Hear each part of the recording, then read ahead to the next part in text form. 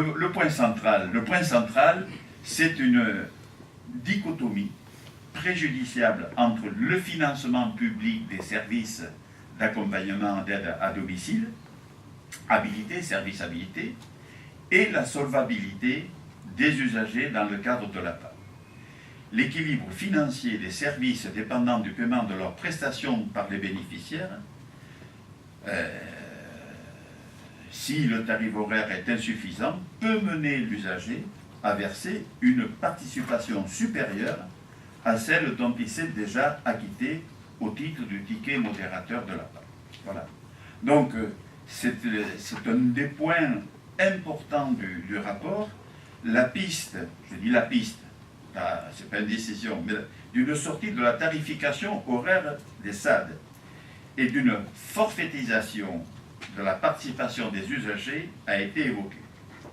Alors que la première piste assouplirait le modèle financier des services, qui sont trop tributaires du minutage des interventions, voilà. La seconde leur assurerait une source de financement stabilisée. C'est le cœur du problème de la tarification. Alors, sans avoir voulu le hiérarchiser, quelles sont les préconisations que vous trouverez dans le rapport? Je vais les lister, je ne vais pas toutes lister, mais j'en ai pris, disons, les plus importants. Voilà. La première, c'est, Madame la Ministre, la mise en place d'un observatoire commun au ministère des Affaires sociales avec l'ADF sur les différentes pratiques observées dans les départements. Comment? Vous compléterez, hein? Voilà.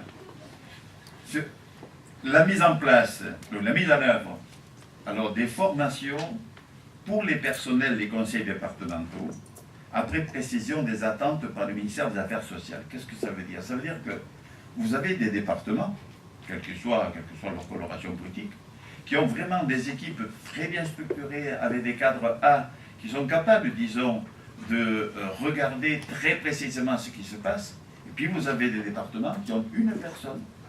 Des fois, c'est un cadre C de très bonne volonté, hein, qui doit suivre tous les dossiers de révision, des plans APA, etc. Si on prend pas garde à cela, on a, disons, des divergences. On a, à ce moment-là, une différenciation grave qui fait que les écarts, à ce moment-là, seront difficilement, disons, rapprochés. Il nous faut informer aussi les départements sur les inconvénients liés à la déshabilitation totale de l'aide sociale. Voilà, c'est une tendance qui est en train de transparaître, mais derrière, il y a des conséquences. Pensant qu'en déshabilitant, on va revenir à des prix planchers de 17 ou 18 euros de l'heure, 5 ou 6 ans après, les départements auront des prix à 25 ou 26 euros de l'heure. Je ne vais pas faire de dessin ici, mais c'est ce travail-là qu'il nous faut, disons, bien entendre.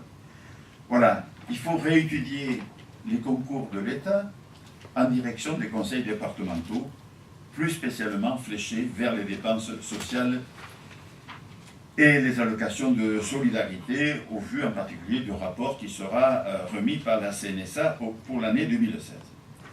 Stabiliser les mécanismes de fiscalité applicables au secteur de l'aide à domicile.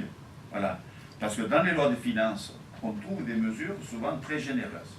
Le problème de la loi de finances, c'est une année on peut mener telle action, l'année d'après, ça peut disparaître. Donc, il faut stabiliser ces mécanismes de fiscalité applicables aux personnes âgées. Limiter autant que possible le fractionnement des interventions dans les plans d'aide APA. La formation des intervenants formation initiale et continue, adaptée au métier d'encadrement intermédiaire des SAD. Voilà. La faiblesse du dispositif, c'est que dans le maillon faible de la gestion des SAD, c'est surtout celui de la gestion des ressources humaines et celui de la gestion des plannings. La formation à la télégestion et l'usage du numérique, vous avez des départements qui sont très en pointe sur la télégestion et l'usage du numérique, et vous avez des départements qui ne pratiquent pas la télégestion et autres qui en sont encore à archiver les factures en papier du taux horaire. Vous voyez un petit peu les contraintes. Et les difficultés que cela peut représenter. La nécessité de réformer les diplômes de niveau 5, alors ça c'est de l'hébreu, mais c'est finalement à rapprocher l'accompagnant éducatif et le diplôme d'aide-soignante, c'est une des clés de la mise en œuvre des SPASAD, entre le volet social et le volet médico-social. Mobiliser les conférences des financeurs au soutien financier des actions de prévention individuelle et collective des SAD et des SPASAD. Fameuse conférence des financeurs qui découle de la loi, qui dispose d'un budget émanant, disons, du ministère, tel que leur a été signifié, et souvent ils s'interrogent de savoir mais comment, par qui, par quel canal je vais faire la prévention. Mais les services d'aide à domicile sont des outils vers lesquels les départements peuvent se tourner pour mener des actions de prévention et inciter les conseils départementaux à inclure les services à domicile dans les schémas départementaux de cohérence, avec en particulier les objectifs de logement adapté, je vous l'ai dit tout à l'heure, ou logement inclusif. Enfin, la mise en place, je pense que je n'ai oublié personne, non, voilà.